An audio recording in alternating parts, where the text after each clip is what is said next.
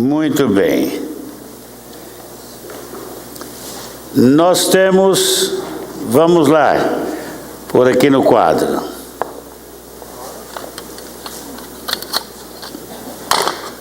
Quantos são os profetas maiores?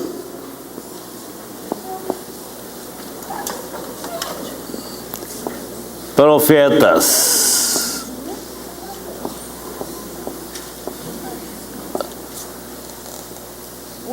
Maiores.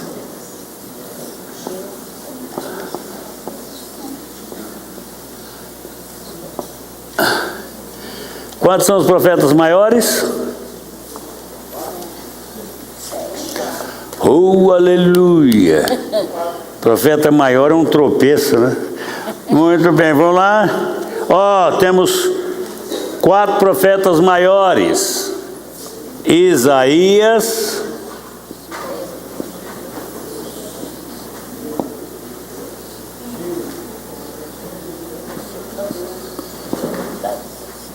o nosso Jeremias,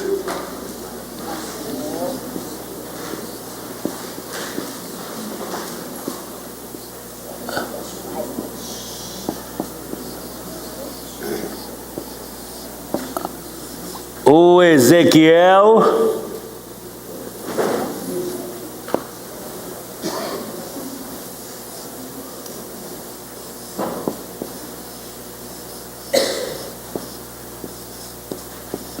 e quem mais? Quem é o outro? Daniel.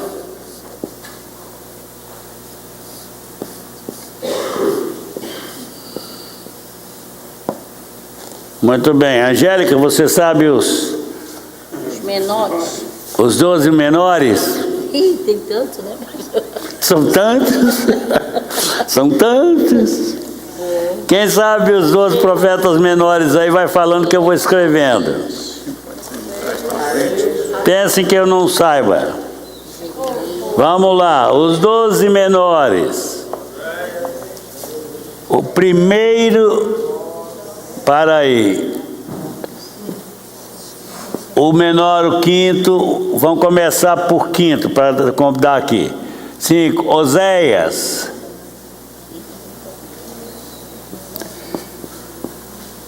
O seguinte, qual é?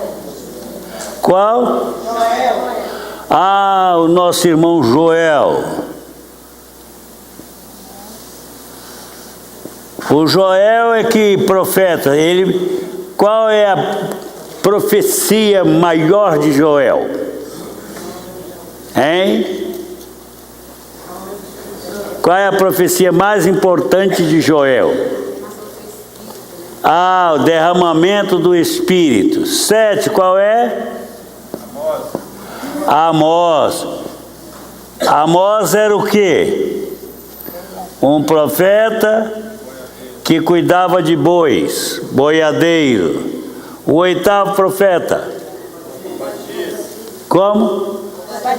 Ah, Obadias.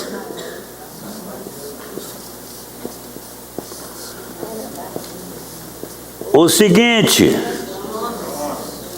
qual é? Ah, o Jonas. O Jonas que queria que Nínive fosse afogada, né? Jonas. Mas quem? Ah, o Miqueias.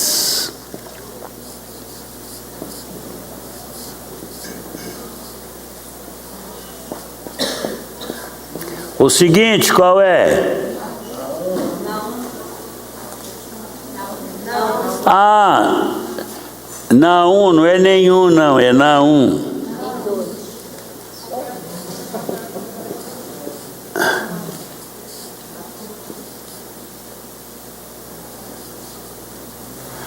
Muito bem. O outro, Naum. Abacuque. O Abacuque é um profeta de quê? Ah, não, é com H. Escrever com H, senão Eleni me crucifica. Abacuque. Qual outro? Sofonias.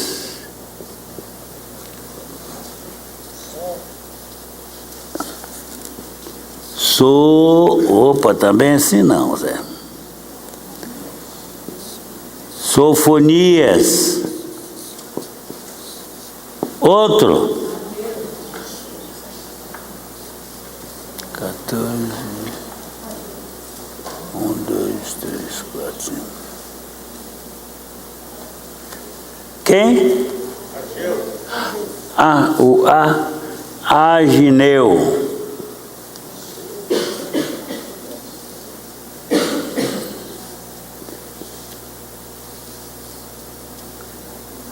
O 15º.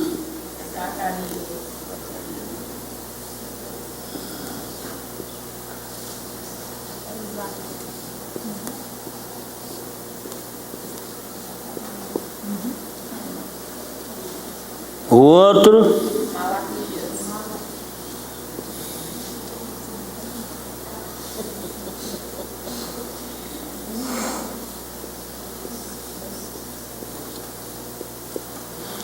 Não, mas aí também não dá, não.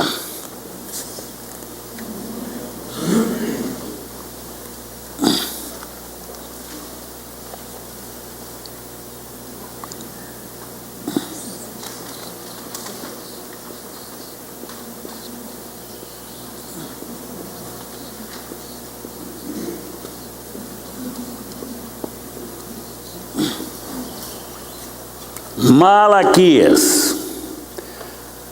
Muito bem. 12 profetas, os menores.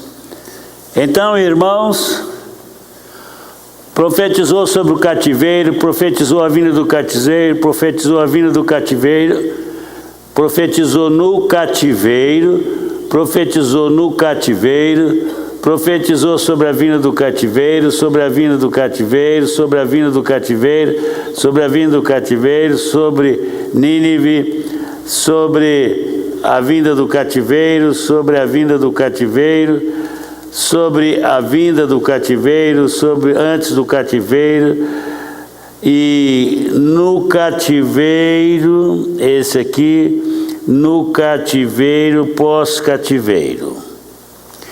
Esses aqui são pós-cativeiro, ó. Esses são pré-cativeiro. Então, irmãos, esses profetas são os únicos profetas? Ou vocês conhecem mais alguns profetas? Quais que vocês conhecem mais? Vamos começar lá do princípio. Ó, o primeiro profeta quem foi? Vamos pensar lá. Antes do dilúvio, vocês tiveram profetas? Não, né? Não podemos considerar Noé como profeta. Pós-diluvianos, então, nós temos os grandes profetas que começam com... Qual foi o primeiro que teve uma escola de profeta? Samuel. Foi o primeiro profeta. Moisés foi antes de Samuel. Moisés puxa o carrinho, porque Moisés também era profeta, né? Depois nós temos o Samuel. Aí nós temos Aías. Aí nós temos Elias. Nós temos Eliseus, que foram grandes profetas, só que eles não escreveram, né? E por aí afora. Davi também foi profeta. Rei, profeta. E ele deu uma de sacerdote também às vezes. E foi o único que não foi morto porque fez isso. E depois vocês têm alguns profetas que surgem assim num repente na história e desaparecem. Mas esses são os que estão como profetas bíblicos. E de uma forma geral, olha, o Ezequiel profetizou no cativeiro, certo? esse aqui logo que o cativeiro terminou, e esse aqui logo que o cativeiro terminou. O Jonas profetizou para fora de Israel. Então o Oséias é o profeta que imita Deus no seu amor. Casa com a prostituta, ela, ao invés de ficar boazinha, se tornou infiel, e Deus diz: vai lá e casa com ela outra vez, pega ela de volta. E ele fez isso para quê? Você sabe, Seneide? Sabe? Sabe, Daniel? Para que ele fez isso? Diz que Isaías andou nu, né? Mas andou pelado não, ele andou mal coberto, só de tanga. Para ilustrar também, o Ezequiel fez coisas terríveis também, mas para ilustrar.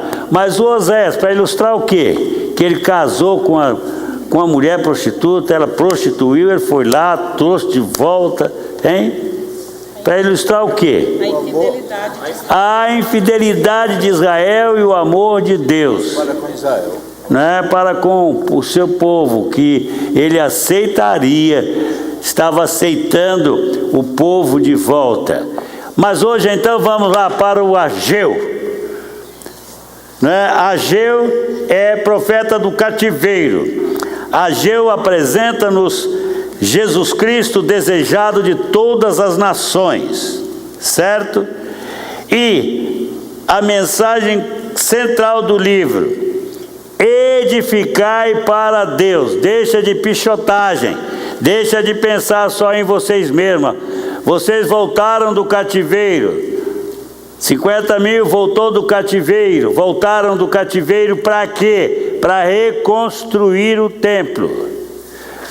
Mas o que aconteceu? Eles voltaram pobres, com pouco dinheiro, mas Deus pediu que eles voltassem para quê? Para reedificar o templo e soerguer Jerusalém. Mas eles chegaram na terra cansados, pobres, decepcionados, sem perspectiva, mas começaram a construir. Mas o que eles começaram a construir? As suas próprias casas. Ao invés de começar onde Deus mandou, não, primeiro eu vou resolver. Não é assim que a gente faz? Primeiro resolvo o meu probleminha, né, dona Ednésia? Compro meus vestidinhos, é a minha casinha. Depois então, pastor, eu vou contribuir. Tem gente que está esperando chegar o tempo de contribuir há 25 anos. Já fez bodas de prata. E não contribui, Bruno, porque ainda não chegou o tempo. Isso é não... E vou dizer para vocês, eu fiz uma descoberta muito triste. É que casa a gente nunca termina. Vocês já notaram? Sempre tem uma coisa para fazer. E depois da casa tem a tal da mobília. Que coisa difícil é a tal da mobília. E a mulher começa a comprar tudo o que deseja, coisas que nem precisa. Né? Precisa de mesa de jantar? Não precisa, Ernesto. Os homens acham que precisa de mesa de jantar? Não precisa. Isso é gasto supérfluo. A gente pode pegar o prato, sentar num banco lá e comer. Eu fui criado assim, Hilda. Pastor, o pior é que a que está não serve. Não. E atenção, e não é qualquer mesa, né, dona Eli? Tem que ser uma mesa com cadeiras especiais, né, Ocileide? De preferência de vidro e pé de mármore de Carrara. Coisa rara. Que ninguém levanta, né? Cama, menina, minha cama é um monumento. Eu fui criado num casa com colchão de palha que a gente deitava, ele ia para o fundo, nunca mais voltava. Né? É uma tragédia, mas precisa. E aí vai, Eleni, aí a gente começa, tem que comprar um aparador. Você sabe o que é isso? Aparador? Ainda tem um nome especial. E aí começa. Lá na minha casa o varal era de arame quando não tinha cipó. Mas aí a casa nunca termina, a mobília nunca termina, aí compra uma, mas viu uma mais bonita, aí descarta, manda o carroceiro levar e compra outra, nunca termina. que estava acontecendo em Israel, gente, no tempo de Ageu, eles enfiavam dinheiro nas casas apaineladas, cheias de painéis, pintadas especiais, e casas cheias, casas luxuosas, e o templo do Senhor, ficou a ver? Mas para que eles voltaram? Hein? Sabe, Lívia? Para que eles voltaram do cativeiro? Qual foi a primeira recomendação de Deus? Quando Ciro baixou a sua ordem, ele disse: para vocês reconstruir a casa, o templo do Senhor. Vocês estão voltando para isso. E chegaram, os que vieram primeiro com Zorobabel, primeiro vieram lá com eles, não fizeram nada do templo. Depois os de Zorobabel estavam zorobabando lá e não construindo o templo. Aí vamos ver o que Ageu escreve. Abram no livro de Ageu.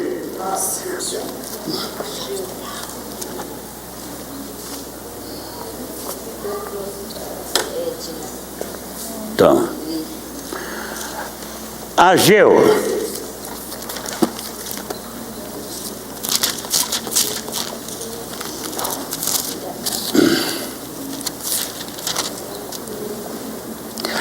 Ageu profetizou em 520 antes de Cristo.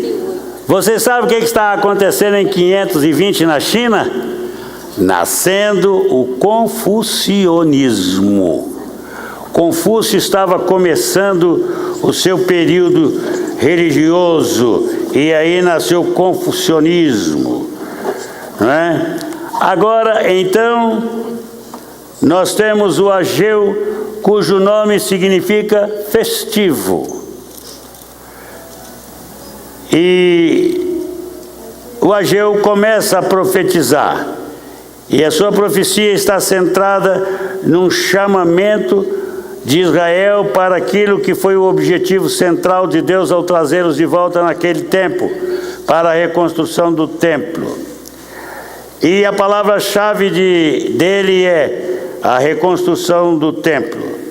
Vamos então ler esse capítulo, tem 15 versos, vou dividir. Eleni vai ler de 1 a 5, por gentileza. Thaís vai ler de 6, 1, 2, 3, 4, 5, a 10, de 11 a 15, vamos deixar as mulheres ler agora, né? Aleluia. Qual é a mulher que quer ler outra aí? Que está sedenta para ler? Rai. Então, vamos ler. Eleni, de 1 a 5. Para aí, Eleni, deixa eu te dar o microfone. Tem som aqui, Alex?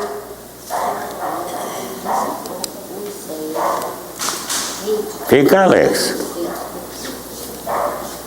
Isso aqui tá mudo que nem o jumento do Balaão. Ela ainda falava, né?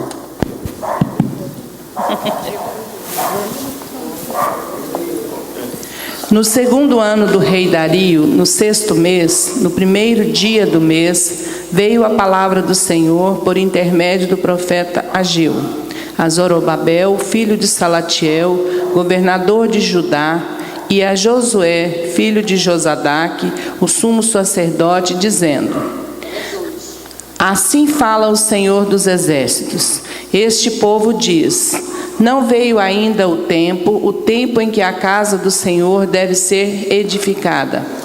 Veio, pois, a palavra do Senhor por intermédio do profeta Ageu, dizendo: acaso é tempo de habitardes vós em casas apaineladas, enquanto esta casa permanece em ruínas? Ora, pois assim diz o Senhor dos exércitos: considerai o vosso passado. Thaís, leia. Você leu até 7, né? Até o 5. Eleni? 5, então? 6. Tendes semeado muito e recolhido pouco. Comeis, mas não chega para fartar-vos. Bebeis, mas não dá para saciar-vos. Vestivos, mas ninguém se aquece. E o que recebe salário, põe-o para pô-lo num saquetel furado.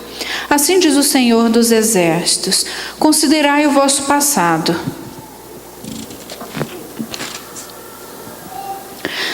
Subi ao monte, trazei madeira e edificai a casa. Dela me agradarei e serei glorificado, diz o Senhor. Esperastes o muito, e eis que veio a ser pouco, e esse pouco, quando o trouxeste para casa, eu com o assopro o dissipei. Por quê? Diz o Senhor dos Exércitos. Por causa da minha casa, que permanece em ruínas, ao passo que cada um de vós corre por causa da sua própria casa. Por isso, os céus sobre vós retêm o seu orvalho, e a terra os seus frutos. Muito bem. Rai. Verso. Fiz vir a seca sobre a terra e sobre os montes, sobre o cereal, sobre o vinho, sobre o azeite e sobre o que a terra produz, como também sobre os homens, sobre os animais e sobre todo o trabalho das mãos. Então Zorobabel, filho de Salatiel, e Josué, filho de Josadaque, o sumo sacerdote e todo o resto do povo atenderam a voz do Senhor, seu Deus, e as palavras do profeta Ageu, os quais o Senhor, seu Deus, o tinha mandado dizer, e o povo temeu diante do Senhor. Então Ageu, o enviado do Senhor, falou ao povo, segundo a mensagem do Senhor, dizendo: Eu sou convosco, diz o Senhor.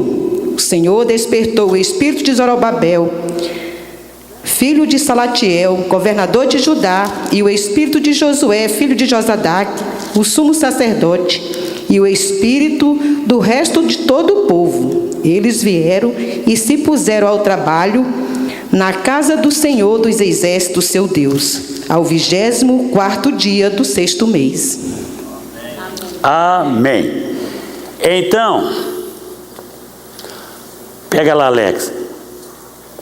Os anos na era antiga, antes de Cristo, eram contados do maior para o menor, né? 1999, e aí vinha descendo.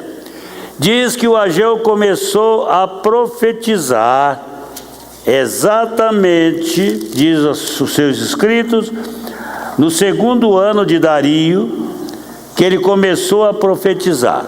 O 2º ano de Dario, ele começou a reinar em 522. O seu 2º ano foi 520. Foi aí que o Ageu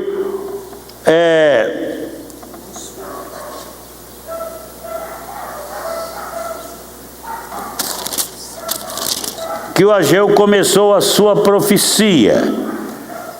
E Ageu era, de fato, diz que ele era um profeta muito alegre. Mas o tempo do Ageu foi despertado, o Ageu começou a trabalhar na sua profecia por causa da situação de Israel na contramão de Deus. Como eu já disse, Israel, a recomendação era que Israel saísse do cativeiro e reconstruísse o templo. Por que o templo teria que ser reconstruído, gente?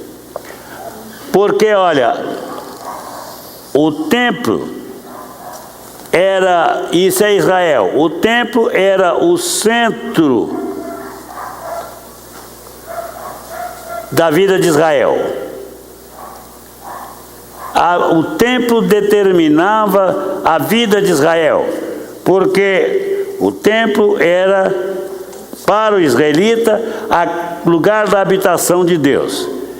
E dali emanava todos os recursos para Israel. Recursos materiais, recursos espirituais, crescimento. O templo era o lugar que determinava a prosperidade de Israel. Por quê? Porque Deus estava no seu santo templo. Este era o tema do Abacuque. O Senhor está no seu santo templo, cale-se diante dele toda a terra. Então, ali era um lugar decisivo. E como eles estavam voltando do cativeiro por causa da idolatria, eles ficaram cativos por causa da idolatria, E uma das coisas que o cativeiro uma das coisas pelas quais o cativeiro foi determinado é para acabar com a idolatria de Israel. Muito bem.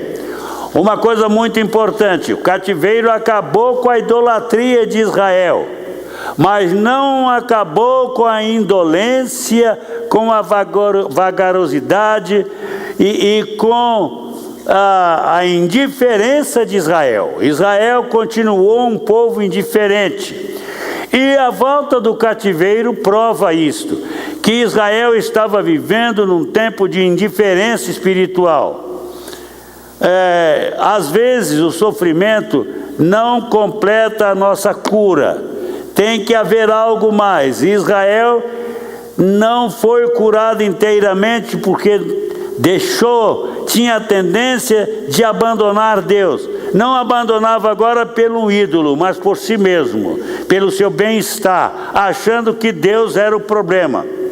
E é assim, Teresa, que vai acontecendo na história. Quanta gente abandona Deus porque quer prosperidade. A igreja, pastor, eu não estou indo à igreja porque agora eu tenho um emprego que está me segurando. E sabe, né, pastor? Tenho um emprego, de que vai abrir mão? Da sua vida espiritual. E isso, gente, é muito sério, porque abrir mão da igreja, uma coisa, gente, igreja não é apenas lugar de encontro social. Senhor Edmilson, o senhor está moreno, bonito, bem-vindo da praia, tá?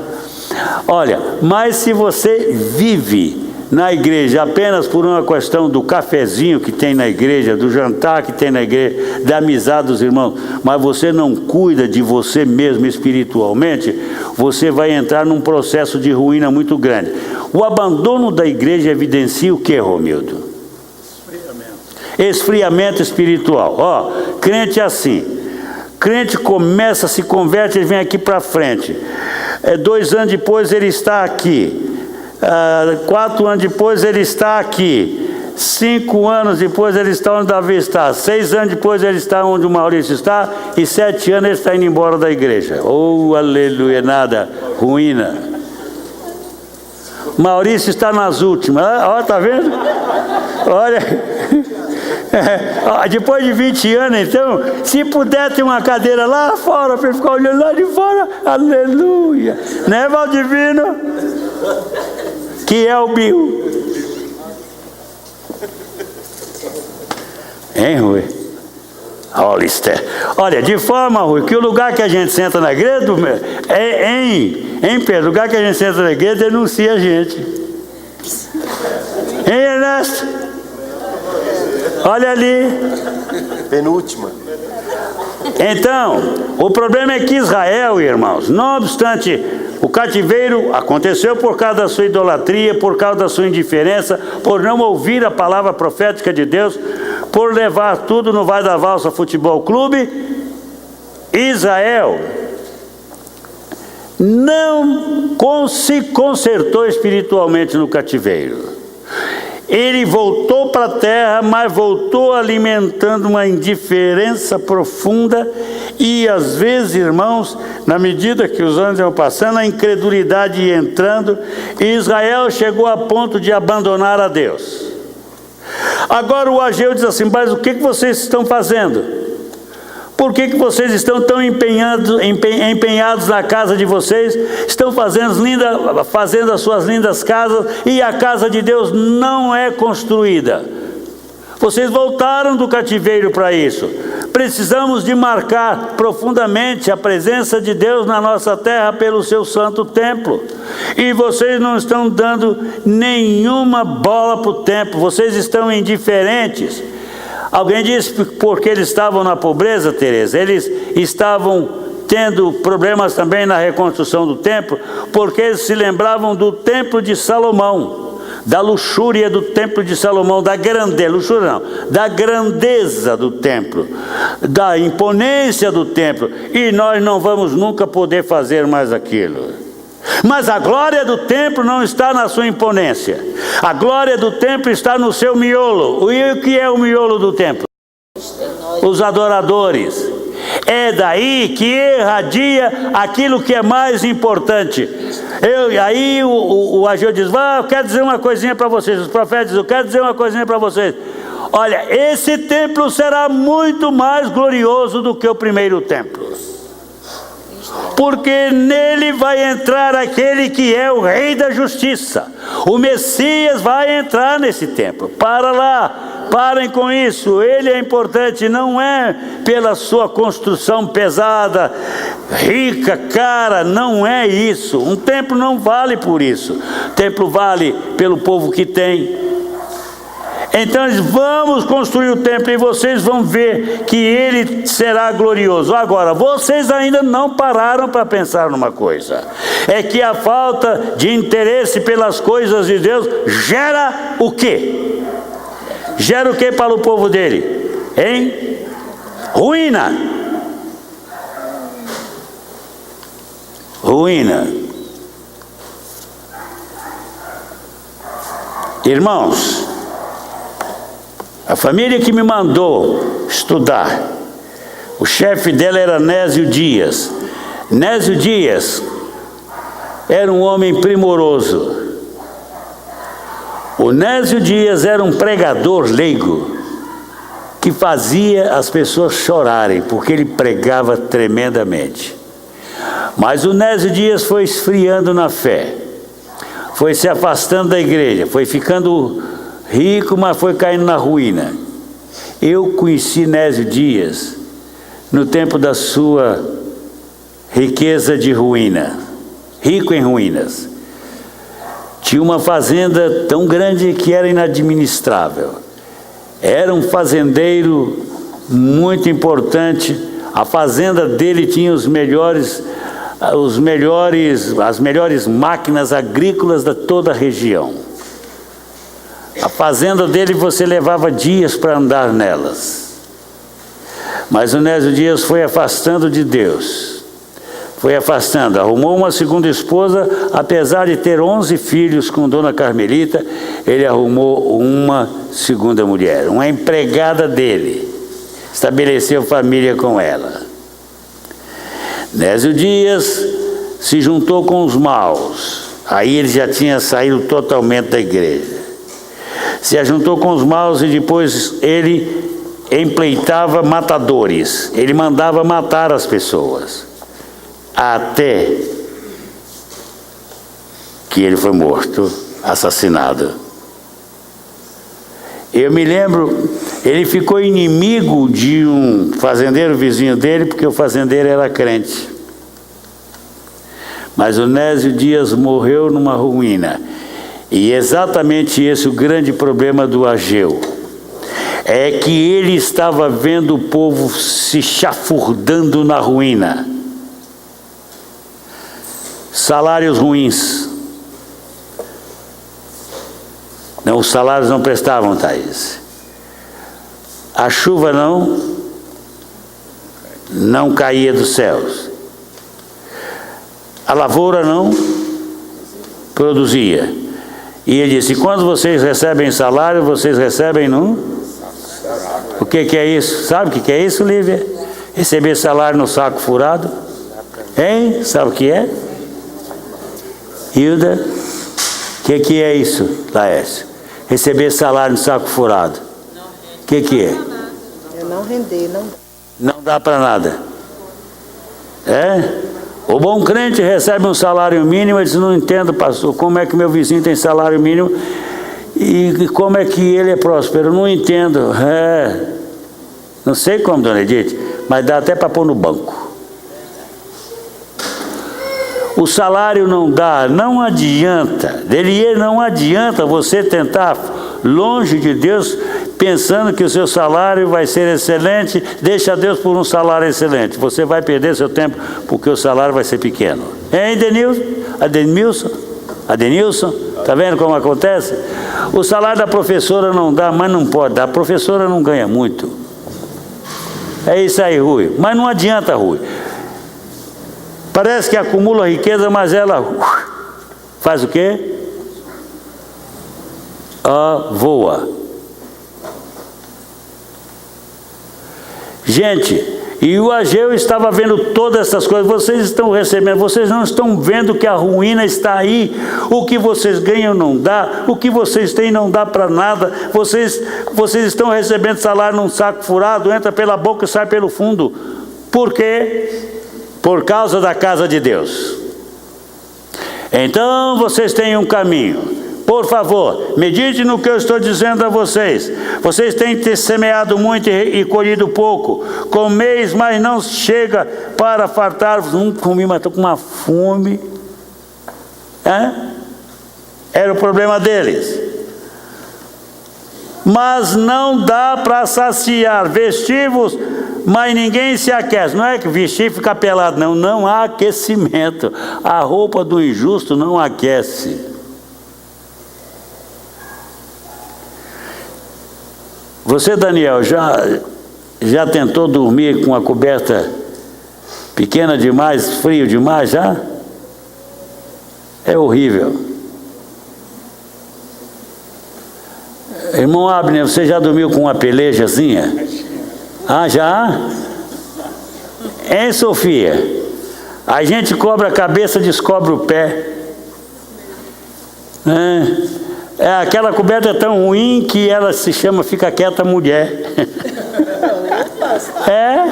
Sabe qual é a coberta Fica Quieta Mulher, Lourdes? É aquele cobertorzinho francês que você vira, a mulher vira, toma a coberta do marido, ou o marido vira, toma a coberta. Fica quieta, mulher! Tá vendo como é? A coberta deles Fica Quieta Mulher, não dava para cobrir. A miséria estava sendo inaugurada, instaurada, não havia nada que chegasse. Sem Deus nada chega, sem Deus a vida não presta, sem Deus a vida não tem sentido. E isso é que o Ageu está proclamando, não é? Então, irmãos, o Ageu diz: olha, parem.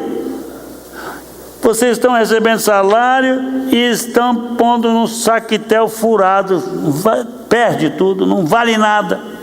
É pouco demais. Vocês estão esperando muito? E eis que veio a ser pouco. E esse pouco, quando o trouxesse para casa, eu com um sopro, soprei e dissipei tudo. Então nada chega. Sem Deus, nada basta na vida. Por quê? Diz o Senhor dos Exércitos: por causa da minha casa, que permanece em ruína, ao passo que cada um de vós corre por causa da sua própria casa. Por isso, eu estou retendo, o céu está retendo o orvalho, e a terra não dá os seus frutos. Fiz vir a seca sobre a terra e sobre os montes, sobre o cereal, sobre o vinho, sobre o azeite, sobre a terra que produz, como também sobre os homens, sobre os animais, sobre tudo. Todo o trabalho das mãos dos homens foram atingidos. Ruína. Então Zorobabel, filho de Salatiel, e Josué, filho de Josadaque, o sumo sacerdote, e todo o resto do povo atenderam a voz do Senhor seu Deus e as palavras do profeta Ageu, os quais o Senhor seu Deus o tinha mandado dizer, as quais o Senhor seu Deus tinha mandado dizer, e o povo temeu diante de Deus. Aleluia. O que aconteceu? Houve um atendimento, uma resposta à pregação. Não, o profeta tem razão. Os líderes se levantaram. Quando o líder se levanta e diz: não, gente, tem alguma coisa errada, o profeta tem razão, vamos consertar os nossos caminhos, vamos nos arrepender, nós fugimos do propósito de Deus. E então se arrependeram. No capítulo 2, o profeta vai falar sobre a glória do segundo templo, né? E aqui continua parte do capítulo, repreendida a infidelidade do povo, a glória do segundo templo. Vamos ver só um pouquinho aqui. No segundo ano do rei Dario, no 7º mês, ao 21º do mês, veio a palavra do Senhor por intermédio do profeta Ageu, dizendo: fala agora a Zorobabel. Esse era o governador, filho de Salatiel, o governador de Judá, e a Josué. Josué era o quê? Sumo sacerdote. E ao resto do povo, dizendo: quem dentre vós que tenha sobrevivido contemplou esta casa na sua primeira glória? E como a vedes agora, não ela como um nada aos vossos olhos? Ora, pois, sê forte, Zorobabel, diz o Senhor, e sê forte, Josué, filho de Zosadaque, o sumo sacerdote, e tu e todo o povo da terra, sê forte, diz o Senhor, e trabalhai, porque eu sou convosco, diz o Senhor dos Exércitos, segundo a palavra da aliança que fiz convosco, quando saístes do Egito. O meu Espírito habita no meio de vós, aleluia. Irmãos, uma das coisas que nós precisamos saber é se o Espírito está no meio de nós. Mas o mais importante do que isso é saber se o Espírito está em nós. Porque agora o Espírito vem para nós. E é quando Ele está dentro de nós é que Ele gera todas as glórias. Todo o poder, toda a unção, não é? O Espírito habita no meio de vós. O povo de Deus, irmãos, tem que saber se o Espírito está habitando no meio dele. Às vezes a gente fica assim, mas esse negócio de Espírito... Não, o Espírito Santo é decisivo. Você não pode dar o lugar de Jesus ao Espírito, porque o Espírito veio para dar lugar a Jesus na nossa vida. O Espírito habita em nós para nos levar à glorificação de Jesus. Então diz Deus, verso 6, do capítulo 2, pois assim diz o Senhor dos Exércitos, ainda uma vez, dentro em pouco, farei abalar o céu, a terra, o mar e a terra seca. Farei abalar todas as nações, e as coisas preciosas de todas as nações virão, e encherei de glória esta casa, diz o Senhor dos Exércitos. Minha é o quê? Meu é o quê? Diz o Senhor dos Exércitos. A glória desta última casa será maior do que a da primeira, diz o Senhor. Neste lugar darei paz, diz o Senhor dos Exércitos. Aleluia. Neste lugar darei paz. Agora ele faz promessas a Zorobabel. E aí terminamos o livro de Ageu. O que você quer perguntar sobre Ageu?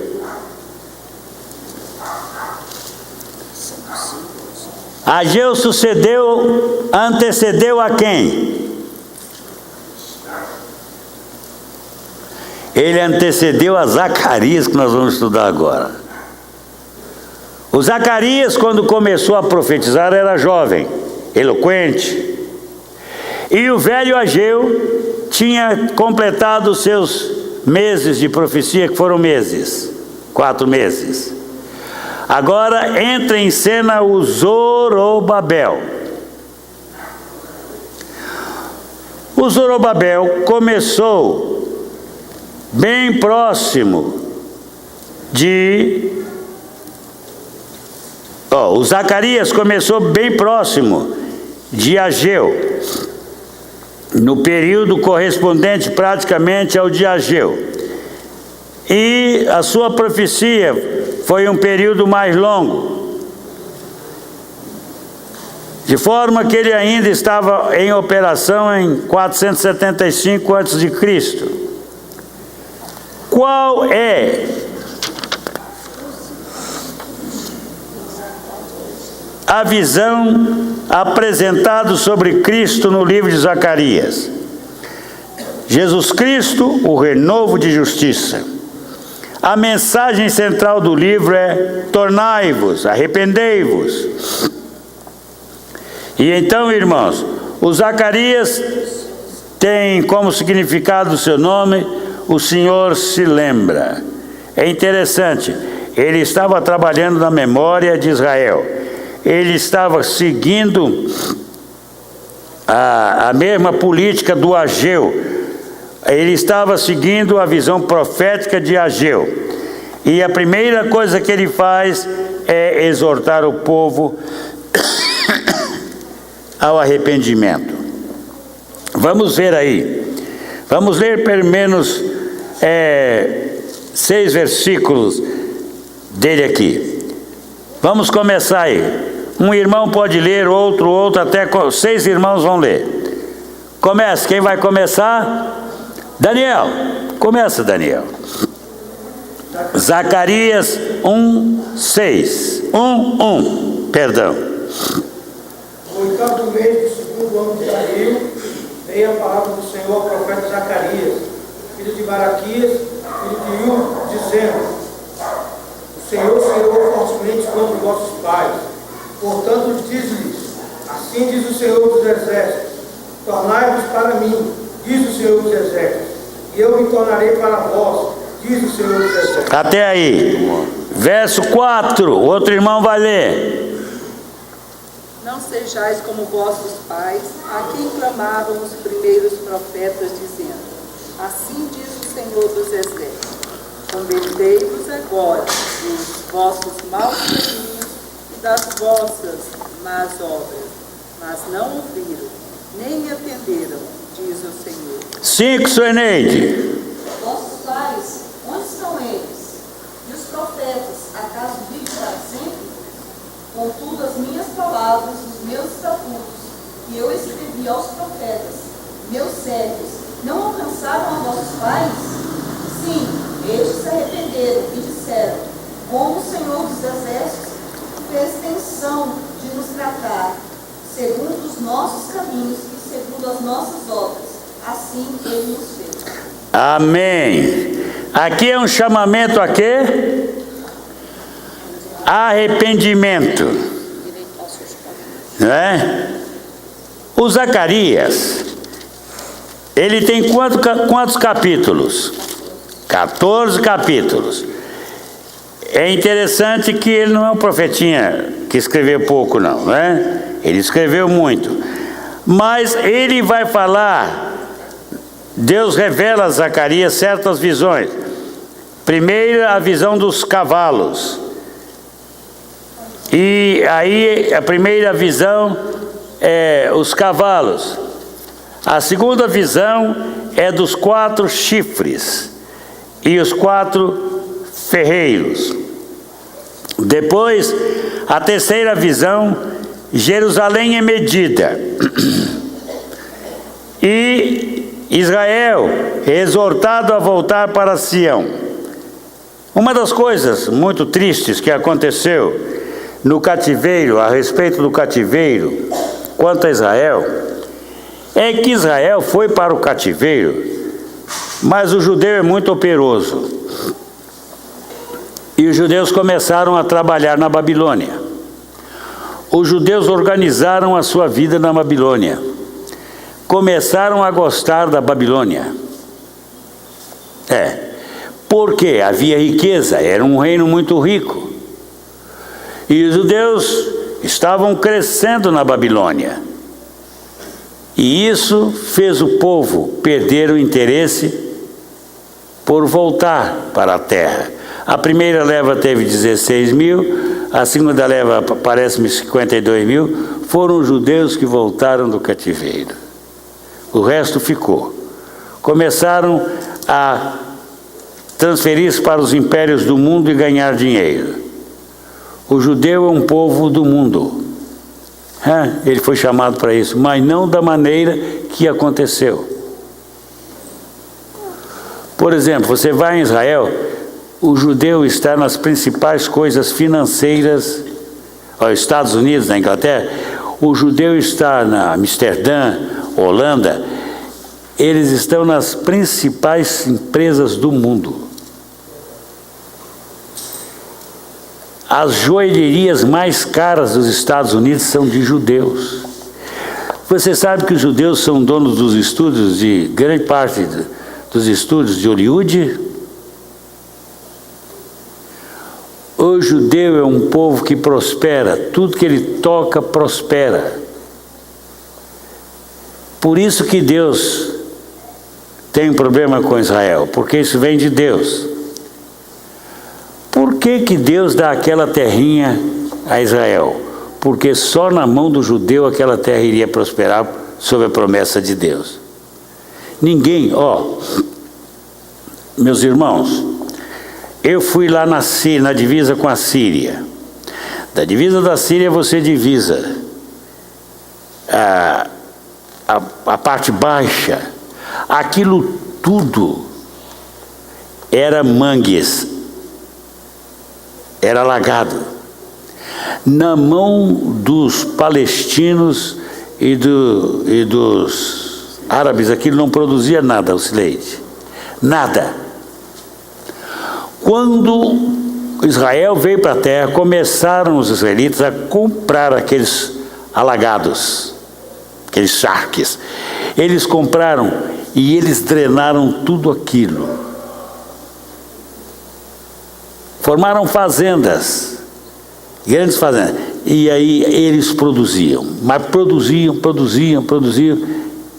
Problema da Síria, agora via produzir, ficar cheio de inveja. Não tem jeito, a terra só produz na mão dele, infelizmente é. Gente, vocês andam, o senhor foi lá? Quem foi a Israel já aqui? Só esse casal? A irmã Edith, a Zefinha, aqui, esses aqui. Gente, dá alegria a gente andar. Daniel Mangueiras baixinhas, mas carregadas que as mangas estão no chão. Pastor, a divisa da Palestina com Israel, propriamente dito, é o deserto de Sinai. Do lado de Israel é tudo verde. Tudo verde, pois é, o Moab está dizendo. O Sinai ali, o lado de Israel é tudo verde, do lado de lá tudo seco. Né? O judeu tocou, produz. Gente, ele tira frutos da pedra. É uma coisa interessante isso. É a bênção. E é terra de ferro, mas vai dar. Vai manar leite e mel. Por quê? Porque tem a bênção de Deus. Com Deus, até pedra produz. O negócio, o segredo é andar com Deus. Certo? Agora, Israel não quer voltar para a terra. Você vai ter mais judeus em Nova York do que em Estados Unidos, que em Israel. Mas, irmãos, há uma paixão que Israel perdeu, a paixão por Deus. E é isso que a igreja tem que devolver a Israel. Herdamos, a nossa raiz está lá, e então, como aqueles que herdaram a palavra de Israel, a bênção de Israel, nós devemos abençoá-los. Para quê? O crente deve abençoar Israel, até mesmo por causa da visão profética. Gente, o mundo vai se converter quando Israel se converter. O dia que Israel se converter, o mundo se converterá. Nós queremos a volta de Cristo? Quando vocês querem a volta de Cristo aqui? Levante a mão, deixa eu ver. Então, vou fazer uma recomendação. Ore por isso, pela conversão de Israel dia e noite. Diga para Deus, usa a minha vida, Senhor, usa o meu dinheiro, começa a dar oferta. Vamos fazer uma oferta específica para Israel, oferta para Israel. Dá para a tesoureira, oferta para Israel. E a gente vai mandar. Para quê? Conversão de Israel. Meus amados irmãos, Israel tem técnicas de reprodução de alimentos, coisa inestimável. Está ensinando o mundo. Agora, esta é a visão profética. Israel, volte para a terra, dedique-se a Deus e vocês verão a bênção. Mas vamos voltar. A visão dos cavalos. Aqui nós vamos dar uma vistinha aí, porque é uma visão profética. Verso 7 diz assim: no 24º dia do mês do 10º, que é o mês de Sebate, no 2º ano de Dario, veio a palavra do Senhor ao profeta Zacarias, filho de Baraquias, filho de Ido. Tive de noite uma visão, e eis um homem montado num cavalo vermelho. Estava parado entre as murteiras que havia no vale profundo. Atrás dele se achavam cavalos vermelhos, baios e brancos. Então perguntei: meu senhor, quem são estes? Respondeu-me o anjo que falava comigo: eu te mostrarei quem são eles. Então respondeu o homem que estava entre as murteiras, disse: são os que o Senhor tem enviado para percorrerem a terra. Eles responderam ao anjo do Senhor, que estava entre as murteiras, e disseram: nós já percorremos a terra, eis que toda a terra está agora repousada e tranquila. Então o anjo do Senhor respondeu: ó Senhor dos exércitos, se a terra está repousada e tranquila, por que Israel está agitado? Ó Senhor dos exércitos, até quando não terá compaixão de Jerusalém e da cidade de Judá, contra as quais estás indignado e faz já 70 anos? Por que Deus estava ainda punindo os israelitas? Porque eles deixaram o pecado e embarcaram no outro. Deixaram os ídolos e embarcaram na egolatria. Adoravam a si mesmos, né? Eles estavam preocupados em enriquecimento. Aí vem a visão dos 4 chifres. Aqui são os 4 chifres, os 4 ferreiros. O chifre significa o quê? Na Bíblia. Não tem nada a ver com infidelidade da mulher não, tá, gente? O chifre representa o que na Bíblia? Um chifre grande, poderoso, hein? Hein? Poder. Chifre significa poder, forçar. Quanto maior o chifre, mais poder, né? Ô, pastor! Quem entra ouvindo o senhor dizer isso? Mas eu não estou dizendo, gente, no chifre do brasileiro. Isso é outra coisa. Chifre do brasileiro é humilhação, né? Tem até o chifre bravo e o chifre manso, corno manso, né? Que eles dizem. Mas então, o que há no altar? Em cada canto do altar há o quê? Chifre, pontas. Aquilo significa poder, gente, né? E o altar significa poder. Se você, Francisco, fosse perseguido e pegasse no chifre do altar, o que acontecia? Não morria. Só houve alguém que não respeitou o chifre. Só teve um, né? Quem é que não respeitou o chifre do altar? Salomão, é? Foi Salomão. Por quê? Quando Joabe viu que ia ser morto, ele correu e pegou no chifre do altar. Quem estava perseguindo Joabe? O Benaia. O Benaia voltou e disse para Salomão: rei, meu rei, eu não posso matar o homem. Mas por que, Benaia? Ele pegou no chifre do altar. Vai lá. Não importa que ele tenha pego nos dois, mate Joabe. Não há poder nenhum que vai livrar Joabe dessa. Chegou o momento da vingança. Chegou o problema de eu cumprir o pedido do meu pai. Vai lá e mata ele. Foi o único, hein? Veja que o Salomão era todo poderoso. Acabou zeradinho, né? Então, irmãos, esses chifres representavam os poderes, 4 poderes que destruíram Israel, e 4 ferreiros para resolver o problema dos chifres. Só ferreiro resolve. Corta, né? Esses chifres, esses ferreiros vêm para resolver o problema do poder dos chifres. Agora, a terceira visão é a medida de Jerusalém, que o homem vem com uma trena de medir. A quinta visão é a do candelabro de ouro entre duas oliveiras, que é o sumo sacerdote e Zorobabel, que simbolizam essas duas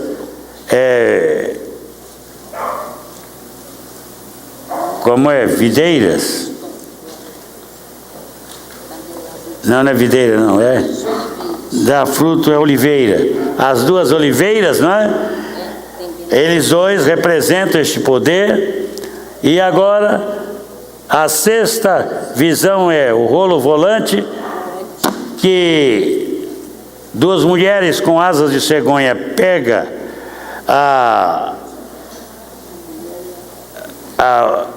o rolo volante é outra coisa. Eu estou confundindo com a visão da mulher da Efa. A sexta visão é do rolo voante. Voante. Tornei a levantar os olhos, verso capítulo 5, e vi eis um rolo volante. Já voante, não é volante não. Perguntou-me o anjo: o que vês? Eu respondi: vejo um rolo voante, que tem 20 côvados de comprimento e 10 de largura. Então me disse: esta é a maldição que sai pela face da terra, porque qualquer que furtar será expulso segundo a maldição, e qualquer que jurar falso será expulso também segundo a mesma. Agora, a sétima visão é que é da mulher e a Efa. A Efa era levada por duas mulheres com a asa de cegonha. Elas estavam levando a Efa para Siná. Ali elas pousaram, e a Efa representava, a mulher na Efa representava os pecados da terra de Sinear. E para lá elas levaram os pecados para ficar por lá.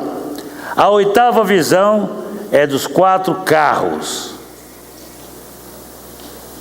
E depois ele vai falar da coroação de Josué, que era o sumo sacerdote, o renovo. Aqui nós vamos ler.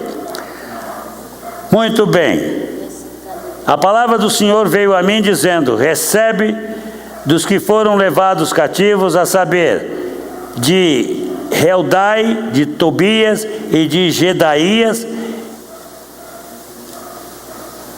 e vem tu no meio-dia e entra na casa de Josias, filho de Sofonias, para a qual vieram da Babilônia. Recebe, digo, prata e ouro, e faze coroas, e põe na cabeça de Josué, filho de Josadaque, o sumo sacerdote. E diz-lhe: assim diz o Senhor dos Exércitos: eis que o homem cujo novo é renovo, o homem cujo nome é renovo, ele brotará do seu lugar e edificará o templo do Senhor.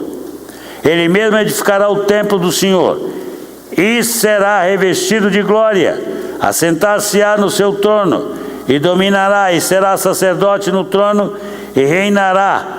Perfeita união entre ambos os ofícios, sacerdote e governo. As coroas serão para Helen, para Tobias, para Gedaías, para Rem, filho de Sofonias, como memorial no templo do Senhor. Aqueles que estão longe virão e ajudarão no edificar do templo do Senhor. E sabereis que o Senhor dos Exércitos me enviou a vós outros.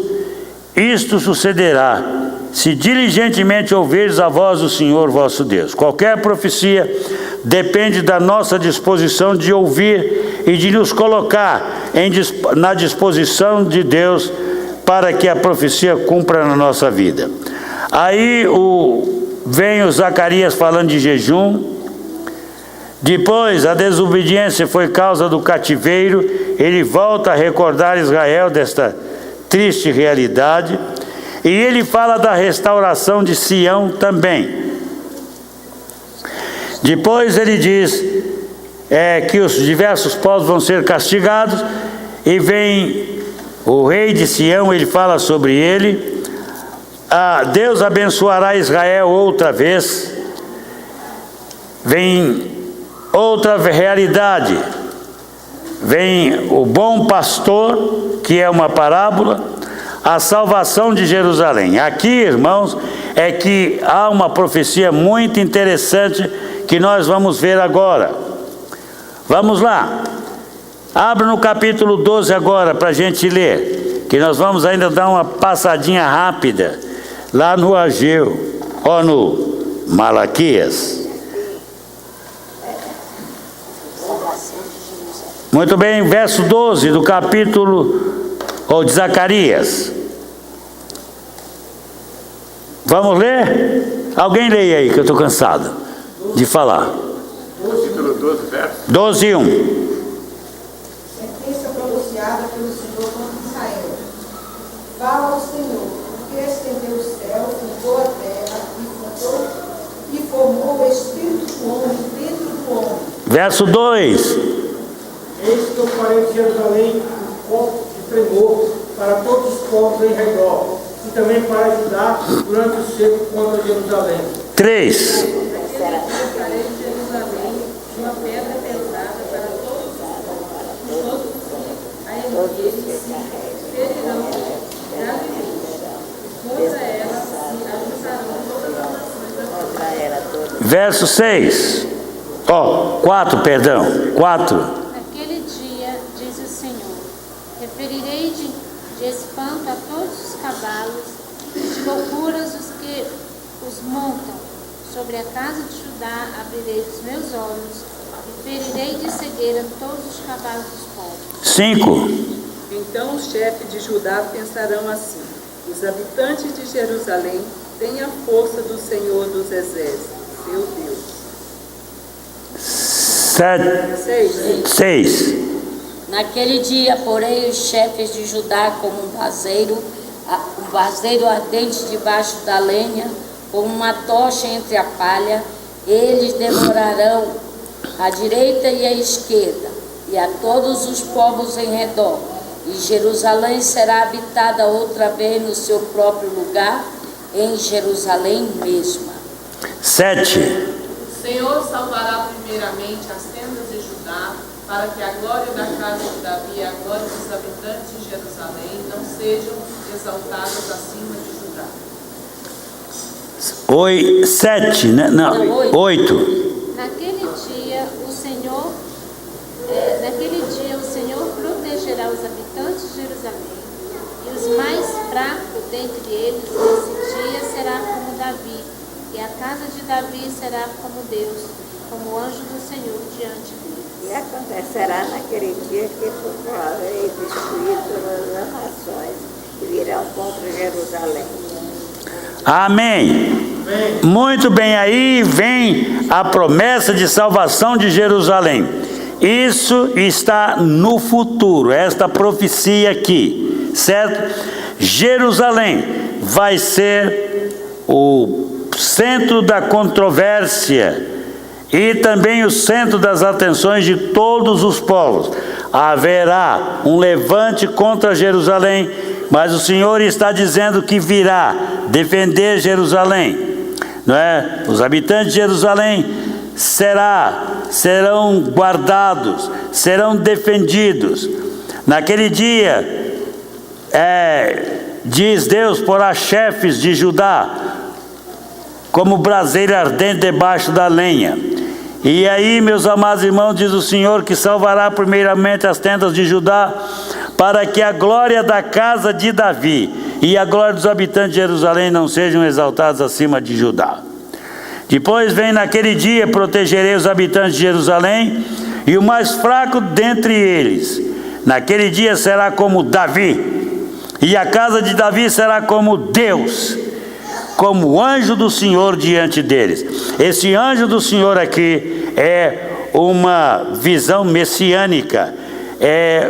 Esse anjo do Senhor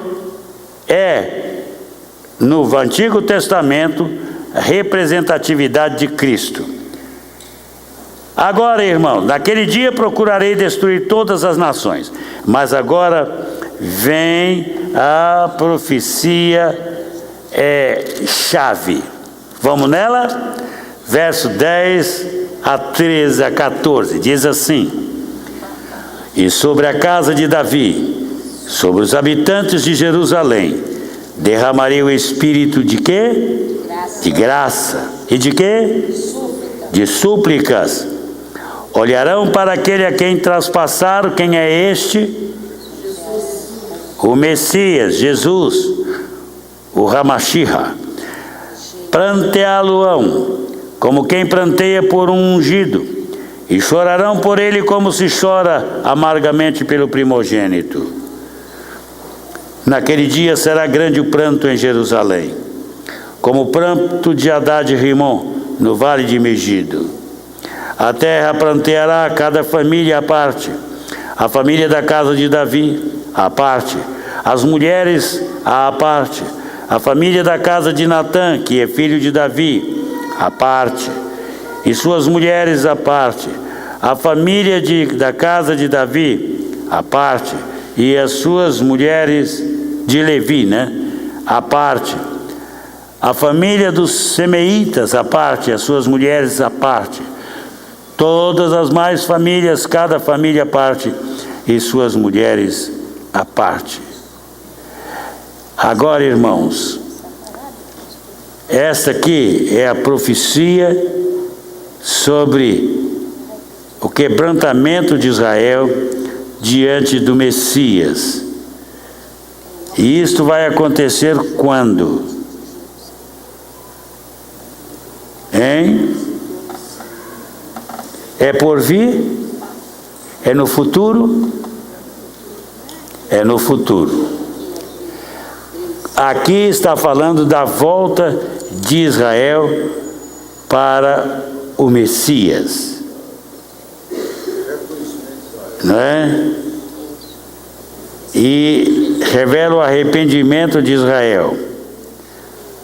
Eles vão olhar para aquele a quem traspassaram, que é Jesus. Vão aceitá-lo, vão recebê-lo, vão adorá-lo, vão se arrepender diante dele para sempre. Amém. E é interessante aí, irmãos, olha aí, sobre a festa dos tabernáculos, capítulo 14, verso 16. Todos que restarem de todas as nações que vierem contra Jerusalém, subirão de ano em ano para adorar o Rei, o Senhor dos Exércitos, Jesus Cristo, e para celebrar a festa dos... Esta é a festa da era messiânica. E todo ano ela vai ser celebrada. Por 1000 anos. Eu não sei se o grupo de louvor da Manancial estará lá um dia, sabe, Bruno? 1000 anos. Agora, vamos para Ageu, só uma introdução. Malaquias. Malaquias. Qual é o significado do nome Malaquias? Hein? Malaque. Mensageiro, é nome de anjo, né? Malaquias é o mensageiro do Senhor. Malaquias é a ligação entre o Antigo e o Novo Testamento. Mas quantos anos Malaquias profetizou antes da era de Jesus?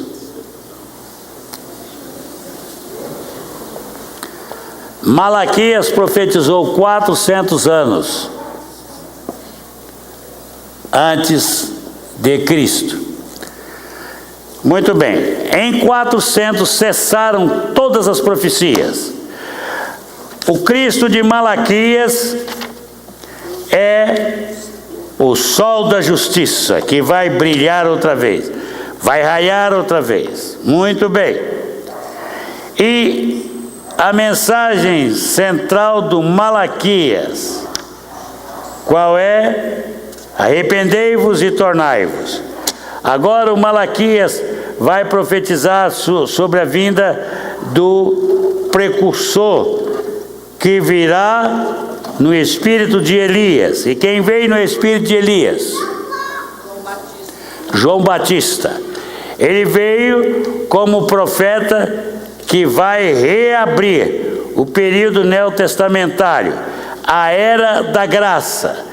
Ele, com o pai dele, começaram-se com a mensagem a Zacarias, abriu-se outra vez o leque da profecia. E nós temos então um período curto, que não é tão longo quanto do Antigo em termos proféticos.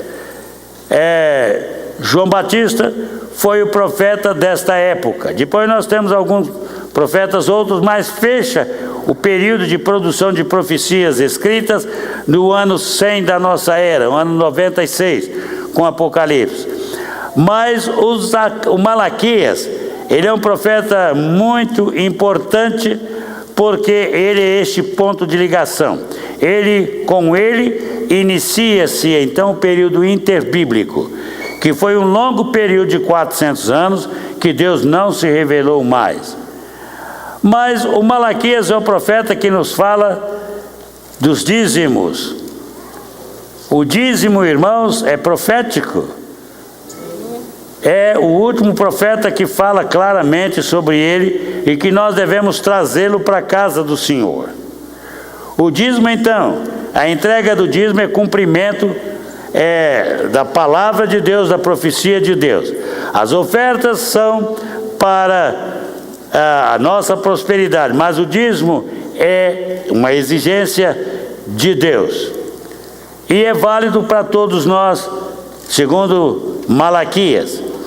Mas o Malaquias tem uma profecia muito importante, que é a profecia na qual ele fala sobre o casamento também. No capítulo 2, lá vamos ver, se alguém aqui está com intenção de divorciar, pode parar com os documentos, tá?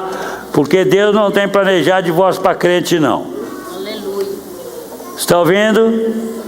Quem aqui que está com a intenção de divorciar? Levanta a mão. Não, Amélia? Aleluia, Amélia. Então vamos ver o que Deus diz sobre o divórcio? Olha lá.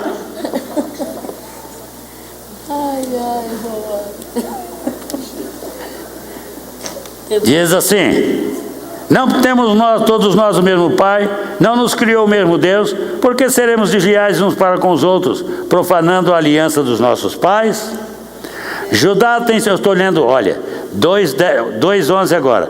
Judá tem sido desleal, e abominação se tem cometido em Israel e em Jerusalém, porque Judá profanou o santuário do Senhor, o qual ele ama, e se casou com a adoradora de Deus estranho. Pastor, eu vou casar com ela é uma serva de Maria, mas olha, ela vai se converter. Conversa fiada, é infidelidade sua. Tem muitas que estão na casa do Senhor servindo, estão querendo casar, então casa com uma do Senhor, porque a adoradora de Maria pode não converter. O adorador de Maria pode não se converter, e aí você vai ficar com a panela fervendo na cabeça para sempre. Aí, diz lá, adorador de Deus estranho, isso profanou a casa do Senhor. O Senhor eliminará das tendas de Jacó o homem que fizer tal, seja quem for, e o que apresenta ofertas ao Senhor dos Exércitos. Ainda fazeis isso, cobris o altar do Senhor de lágrimas, de choro, de gemidos, de sorte que ele já não olha para a oferta, nem a aceita com prazer da vossa mão. Homem chorão, quando traz oferta, é sinal de que está com algum problema, e começa a chorar no altar. Isso é o profeta Malaquias está dizendo, não sou eu não. Perguntais, por quê? Porque o Senhor foi testemunha de quê? Da aliança. Da aliança, mas que aliança? Entre ti e a mulher. entre ti e a mulher da tua mocidade. Que mulher é essa? Mulher da velhice vai trazer problema para você. A mulher da mocidade, é a ela que você deve ser leal, não é? Não seja desleal com ela, sendo ela a tua companheira e a mulher da tua aliança.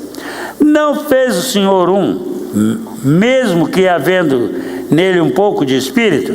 E por que somente um? Porque ele buscava herança, ou a descendência que prometera. Ele prometeu uma descendência. Que descendente ele buscava? Hein? Vocês sabem?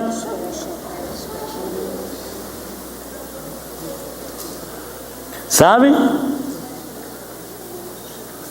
Ele quer uma descendência. Ele tem um descendente que ele quer. E ele fez a família para isso. Por isso que a família é consolidada.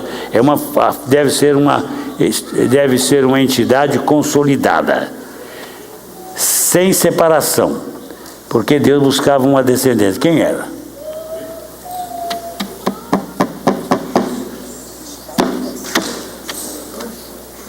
Jesus Cristo. Esse é o descendente que ele procurava.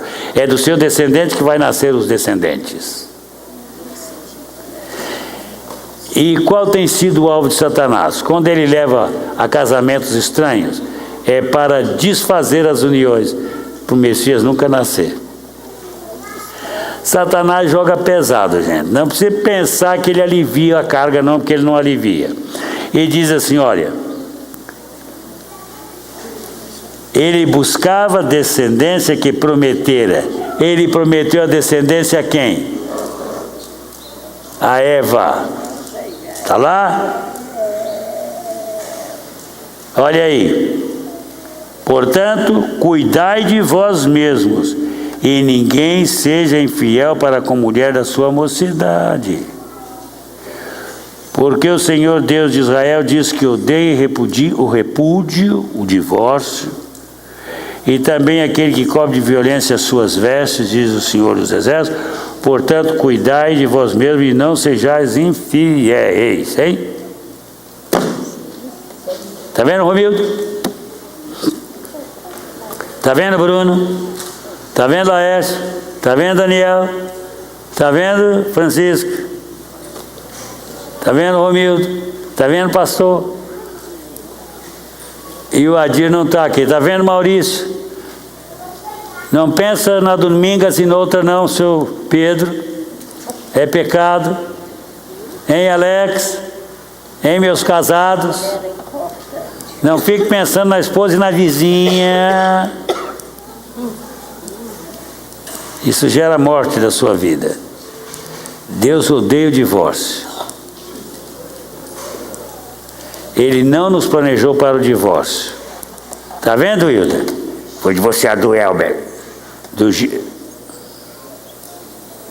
Como é?